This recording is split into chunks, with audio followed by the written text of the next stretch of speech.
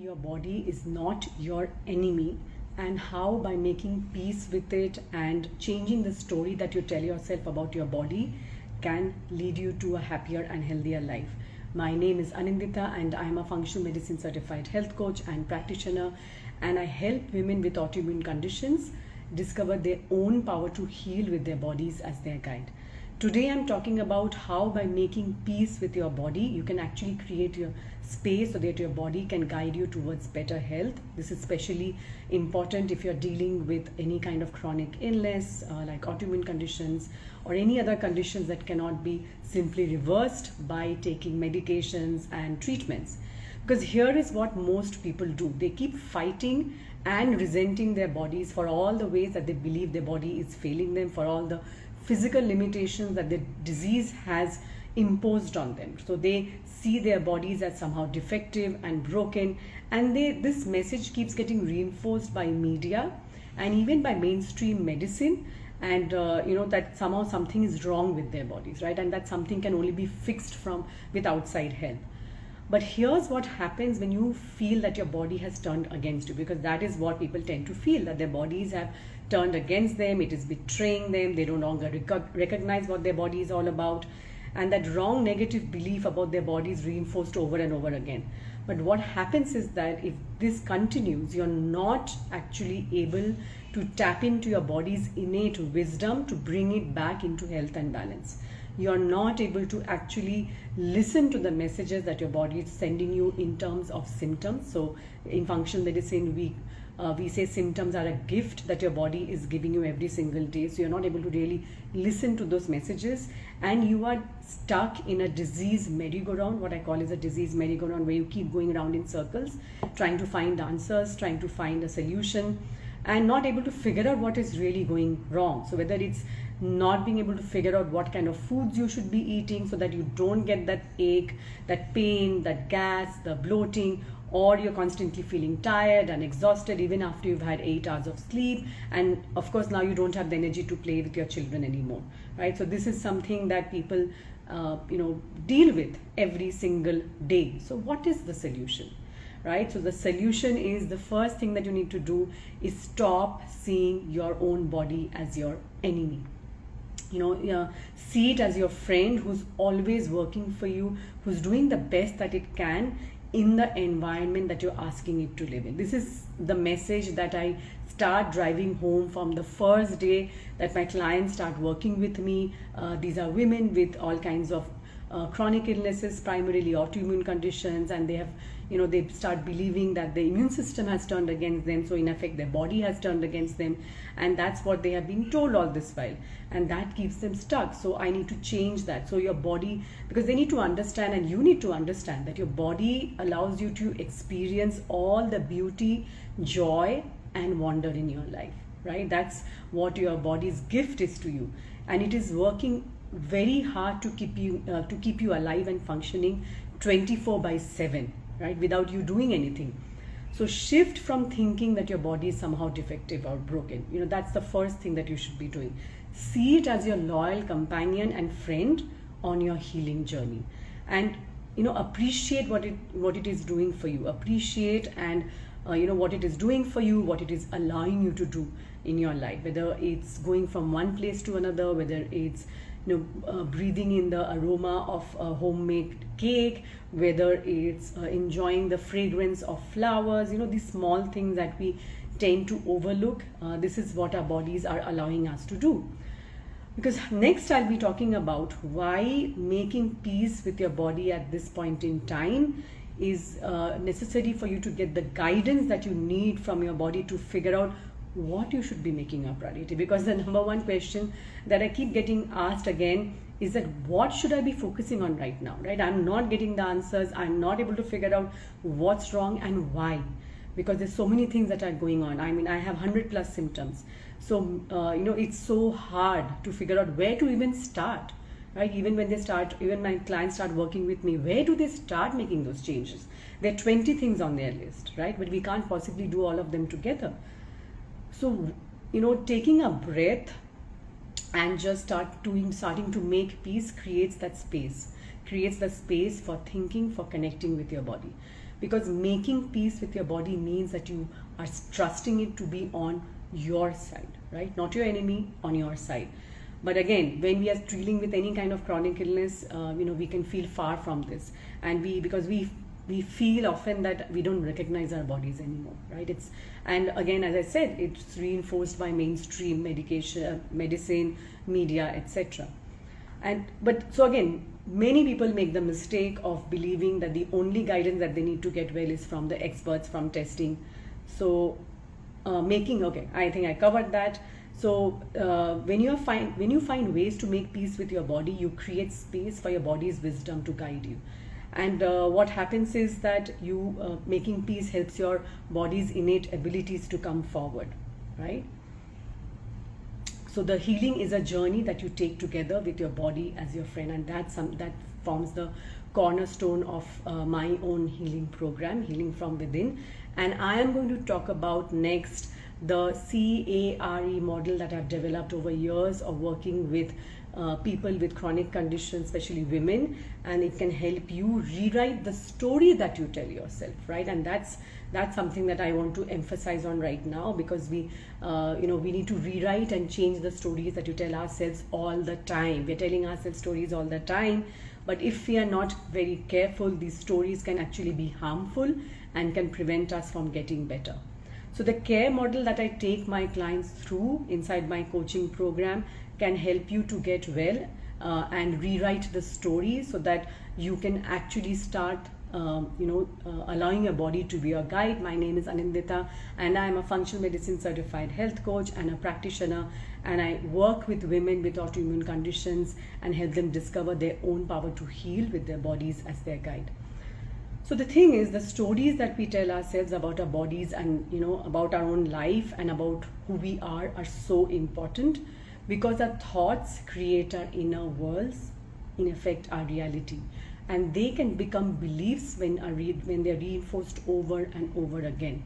And then these beliefs drive our behavior. So if the beliefs are negative and limiting, then it can really, really keep us stuck and prevent us from getting any better. And this is, I find, is so common when I talk to people around me, when I interact with people with chronic illnesses, and even otherwise, even without any chronic issues, health issues.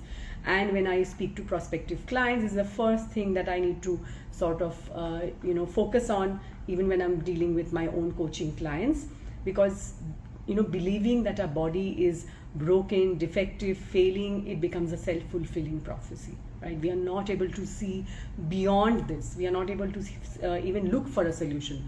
We are not able to make ourselves a priority. We are not able to take better care of ourselves. We are not able to put in place a self-care plan, right, to get better. So we are doing things mechanically, but our heart is not in it. So changing this is very important, and it's done by changing the narrative that you're writing for your life, right? This is in fact one of the most important, I think, skill sets that I learned during my training program at the Functional Medicine Coaching Academy, and it's helped a lot of my clients overcome all their negative thinking, their negative mindset. In fact, recently one of my clients asked, she had a list of questions, and one of her questions actually was this: how do I change this negative self-talk? How do I change this constant thinking that, and overthinking, and then I take it out on my family members, on my children? So, how do I deal with this? And while the answer to that was, and that's what I shared with her, that it is not easy. And it's not going to happen overnight. Some things that have developed, patterns that have developed, thought patterns, beliefs that have developed over years, decades, are not going to go away overnight. But as we work together, and as you become more and more aware of how it is actually affecting your life, you are going to be able to find ways, because I'm going to give you those kind of tools. And here I am actually sharing with you the CARE model that helps my clients to actually get past this, right? Because again, the problem is that many people are living their lives based on outdated beliefs. They are continuing with the same patterns that they actually picked up during their childhood as coping mechanisms, right? So it would have probably served them. I can talk about myself. There were many fears and beliefs that I had developed during my childhood, when I lost my father at a very early age, and we had to struggle financially. I saw my mother struggling very hard to bring us up. There are many things that I picked up, any insecurities that I picked up, and all of these actually have an effect on our physical health. Over a period of time. Again, our body is extremely resilient. Nothing takes place overnight, but if over a period of time we're not able to shift some of the negative beliefs and the mindset that we develop, that can actually be harmful for our physical health. So we continue. We continue along with the same patterns without even realizing it. And then this, as I said, so they're all interconnected. Our mind affects our body, and our body affects our mind. So, for example, believing that I am not good enough, or I am not worthy, or I don't deserve to take care of myself first, right, before I take care of others, is something that is extremely common again amongst women, right? And it prevents women from taking better care of themselves. It prevents women from putting in place a self-care plan that could have probably prevented many of their health issues. It prevents women from even taking good care of themselves when they are ill, right? And it's, we see, and then women get burned out, they're exhausted, fatigued, in pain, and really unable to do all the things that they want to with their family. And they believe that it is not. So this is again something that is very common. I have struggled with it, so I've worked on it a lot. Women also tend to believe that they don't really have time, and it's not possible to practice consistent self-care. And I'll talk in a minute about what self-care actually means, right? Because they have too many responsibilities and they don't have the time. That's typically the excuse that most women that I work with, most women that I talk to, and myself included, before I became aware of the pitfalls, they get stuck here, and they continue to feel trapped in their bodies. They continue to put all their plans and their life on hold because the disease takes over their life, right? This is the problem of staying in this kind of a situation, but there is a way out of this. And they continue to, as I said, they continue to feel trapped. And you can change all of this. You can rewrite the story of your life, and this care model that I'm going to be talking about right now, I'm going to be talking about one aspect of it, can help you do just that. So what does the care model stand for? The C in the model stands for create an empowering self-care plan, and I'm going to talk about that in a bit. A stands for access your inner wisdom and guidance, so ways to tune into your body's own wisdom, and how can you do that with the help of symptoms, trackers, journals, etc. R is replenish and restore balance. That again can be done in many different ways, through diet, through rest, through rejuvenation, through restorative movement practices like yoga, breathing, stretching. And E, embrace stress with ease and softness. So finding a different way, changing our perspective about stress being bad, and changing our response to stress, right? Finding a better way to respond to stress. So that's the CARE model, and it'll help you change the narrative about the fact that your body is faulty and unreliable, right? And you will realize that you have the power to change that story and write a new one. And what happens as a result, you start seeing your body as inherently capable, resilient, and having the ability to heal itself, right? And creating a self-care plan is the first step in doing that. That's the first part of the CARE plan. But self-care, I want to just make a point here. Self-care is not just about getting a massage, or going to the spa, or meeting friends over lunch, or only that, right? Or getting a massage done, or lighting a candle, for example, one of my favorite ways to take care of myself. But it is more about creating awareness around what your body actually needs from you at this moment, because the needs keep changing from moment to moment, right? So you need to be tuned in, you need to find ways to create space to tune into what your body needs. And it is also about changing the way you talk to yourself. So moving from an inner critic to an inner coach.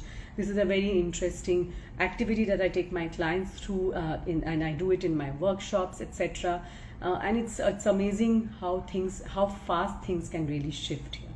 So it is about reflection. It is about self-realization, about what you feel deprived of, right? You feel deprived of time for yourself, rest, meeting your friends, so social contact apart from your own family, and what you need most in your life. And again, that those needs do keep changing.